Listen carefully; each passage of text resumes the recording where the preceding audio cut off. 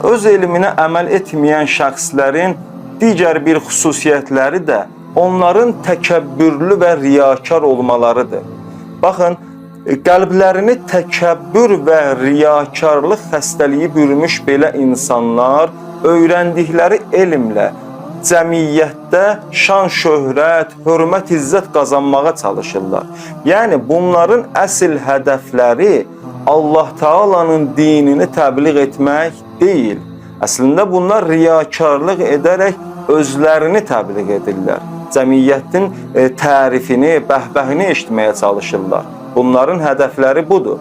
Belə şəxslər, bu təkəbbürlü insanlar başqalarına yuxarıdan aşağı baxırlar. Özlərini cəmiyyətdən üstün görürlər. Özlərini başqalarından üstün görürlər. Amma bəzən də görürsən ki, xeyr, bunlar neynirlər? Cəmiyyətdə özlərini təvazükar kimi göstərməyə çalışırlar.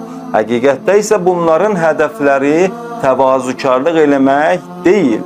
Bunlar o yalancı təvazükarlıqlarını da riyakarlıq üzündən eləyirlər. Yəni, özlərini cəmiyyətdə yaxşı və təqvalı, imanlı insan kimi göstərərək, cəmaatın gözündə dindar, alim və s. bu kimi gözəl sifətlərlə tanınmaq istəyirlər. Amma əslində elə deyirlər. Tam əksinədirlər.